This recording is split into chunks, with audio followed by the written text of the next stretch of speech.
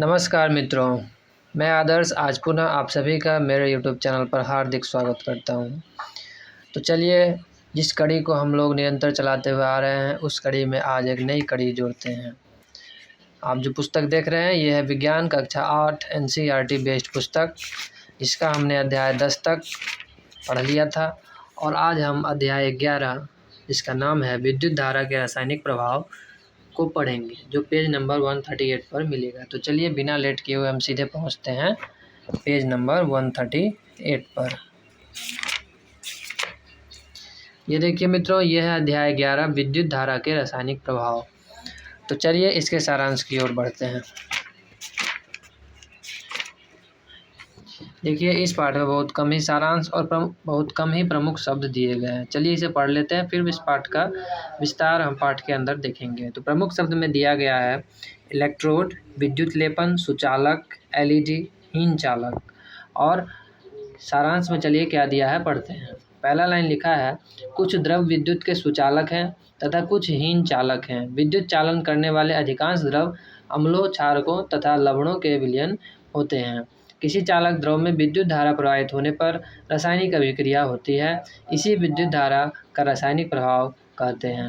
विद्युत धारा द्वारा किसी पदार्थ पर वांछित धातु की परत निक्षेपित करने की प्रक्रिया को विद्युत लेपन कहते हैं। यानी विद्युत धारा द्वारा किसी पदार्थ पर जो हमें ज़रूरत होती है तो धातु की परत जो उस पर सटाते हैं, उसी प्रक्रिया को विद्युत लेपन कहते हैं। तो ये देखिए बहुत छोटा सा सारांश था, बहुत कम ही समय में समाप्त हो गया है। वैसे इसके बाद नेक्स्ट चैप्टर हम लोग पढ़ेंगे, लेकिन नेक्स्ट चैप्टर को पढ़ने से पूर्व इस प्रमुख शब्द में जो शब्द दिए गए हैं इनको हम पाठ के अंदर खोज के उसको विस्तार पूर्वक आपको समझाने का प्रयास करते हैं। तो चलिए शुरू करते हैं। देखिए मित्रों, यहाँ पर दो तरह का चित्र दिखाया गया है। चित्र 11.1 में एक समपरीक्षित दिखाया गया है। एक है सुचालक और एक है हीन चालक यानी कुचालक। सुचालक वो होते हैं जिसमें ऐसा पदार्थ जिसमें धारा का प्रवाह आसानी से हो जाता है, वो सुचालक कहलाते हैं। और ऐसा वस्तु या पदार्थ जिसमें धारा का प्रवाह आसानी पूर्वक नहीं हो पाता होता है, उसे हीन चालक या कुचालक कहते हैं। देखिए, पाठ के दौरान बहुत सारे क्रियाकलाप करके दिखाए गए हैं। ये सारे क्रियाकलाप आप अपने कक्षा के दौरान बच्चों के समक्ष प्रस्तुत होकर करवा सकते हैं। तो ये हाइलाइटेड पॉइंट है, चलिए पढ़ते हैं जिसमें क्या लिखा है। लिखा है, सन 1800 में एक ब्रिटिश रसायनज्ञ केमिस्ट थे जिनका नाम था विलियम निकलसन। 1753 से 1815 इनकी आयु ने यह दर्शाया कि यदि इलेक्ट्रोड जल में डूबे हों तथा उनके द्वारा विलयन से विद्युत धारा प्रवाहित की जाए तो ऑक्सीजन तथा हाइड्रोजन के बुलबुले उत्पन्न होते हैं। ऑक्सीजन के बुलबुले बैटरी के धन टर्मिनल से जुड़े इलेक्ट्रोड पर तथा हाइड्रोजन के बुलबुले दूसरे इलेक्ट्रोड पर बनते हैं। तो ये जो हमारे वैज्ञानिक थे विलियम निकलसन, जो रसायनज्ञ थे, उन्होंने ये बात कहा था। देखिए यहाँ बूझो है, बूझो ने एक परीक्षण किया है। चलिए इसके परीक्षण को पढ़ते हैं। बूझो ने यह परीक्षण करने का निश्चय किया कि क्या कुछ फल एवं वनस्पतियाँ भी विद्युत चालन कर सकती हैं, क्या वह विद्युत की सुचालक हो सकती हैं या नहीं। उसने इसका परीक्षण करने का ठान लिया। उसने एक आलू को 2 बराबर भागों में काटा तथा समपरीक्षित के तांबे के तारों को इसमें निर्विष्ट कर दिया। तभी उसकी माँ ने उसे बुला लिया और वह आलू में निर्विष्ट किए गए समपरीक्ष के तारों को बाहर निकालना भूल गया। लगभग आधे घंटे के पश्चात जब वह वापस आया तो उसने देखा कि आलू में एक तार के चारों ओर नीला हरा सा धब्बा बन गया है, जबकि दूसरे तार के चारों ओर ऐसा कोई धब्बा नहीं बना था। देखिए, ये जो है बूझो ने एक्सपेरिमेंट किया था। इस तार के चारों ओर देखिए यहाँ पर नीला धब्बा बन गया, लेकिन इस तार के चारों ओर नहीं बना। अब आलू की चालकता का जो परीक्षण यहाँ पर बूझो कर रहा है वो है।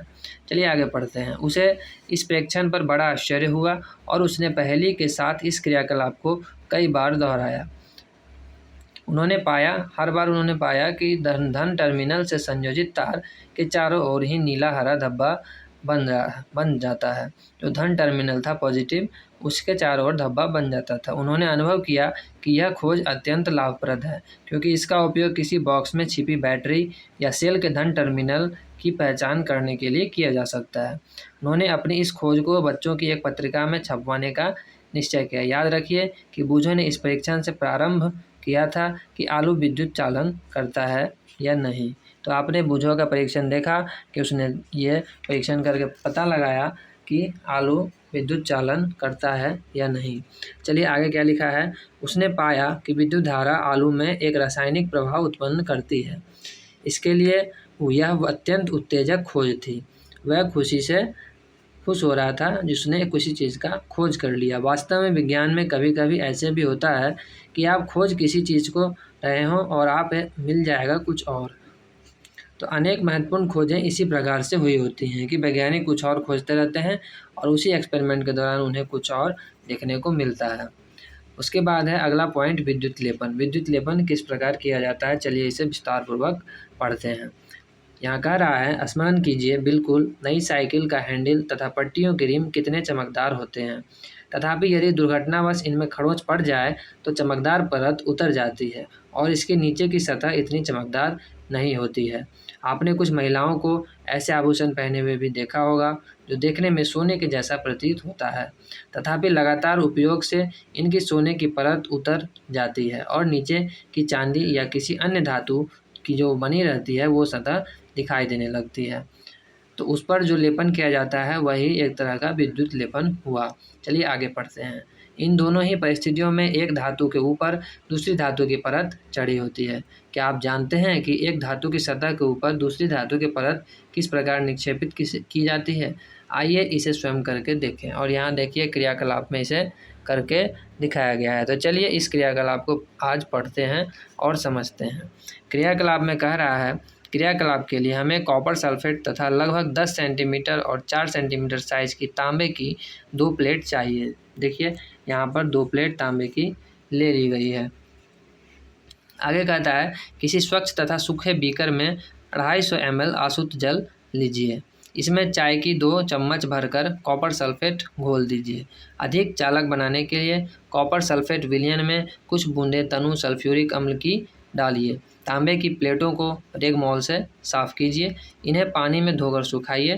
तांबे की प्लेटों को एक बैटरी के टर्मिनलों से संयोजित कीजिए और उन्हें कॉपर सल्फेट के विलयन में डुबोइए।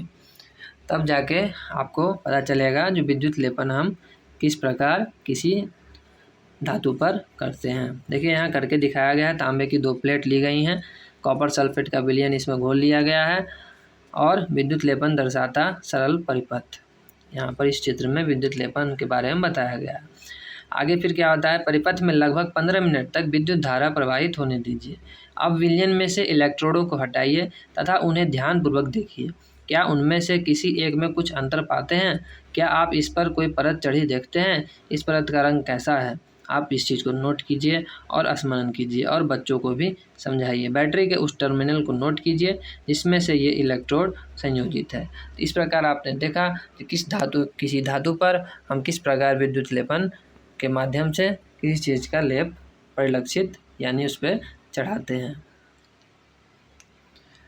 तो इस तरह ऐसा कुछ खास इस पाठ में दिया नहीं गया है, फिर भी हम चलिए एक और हाईलाइटेड पॉइंट यहाँ पर दिखाई दे रहा है, इसे पढ़ लेते हैं। यहाँ क्या कह रहा है, विद्युत द्वारा किसी पदार्थ पर किसी वांछित धातु की परत निक्षेपित करने की प्रक्रिया को ही हम विद्युत लेपन कहते हैं। यह विद्युत धारा के रासायनिक प्रभाव का एक सर्वाधिक सामान्य उपयोग है। तो ये था यहाँ तक। और चलिए अब ये लास्ट हाईलाइटेड पॉइंट हम लोग पढ़ लेते हैं। विद्युत लेपन कारखानों में उपयोग किए जा चुके विलयनों का निपटारा किया जाना भी एक मुख्य समस्या होती है। यह एक प्रदूषणकारी अपशिष्ट है तथा पर्यावरण संरक्षण के लिए इस प्रकार के प्रदूषणों के निपटारे के लिए विशिष्ट दिशा निर्देश दिए गए हैं। तो ये दिशा निर्देश दिया गया था पाठ के अंत में। तो अब हमने इस पाठ के सारांश को भी ख़त्म कर लिया, प्रमुख शब्द को भी ख़त्म किया और जो महत्वपूर्ण पॉइंट्स लगे उसको भी पढ़ लिया। अब नेक्स्ट वीडियो में हम नेक्स्ट पार्ट जिसका नाम है कुछ प्राकृतिक घटनाएं अध्याय 12 और अध्याय 13 में मिलेंगी।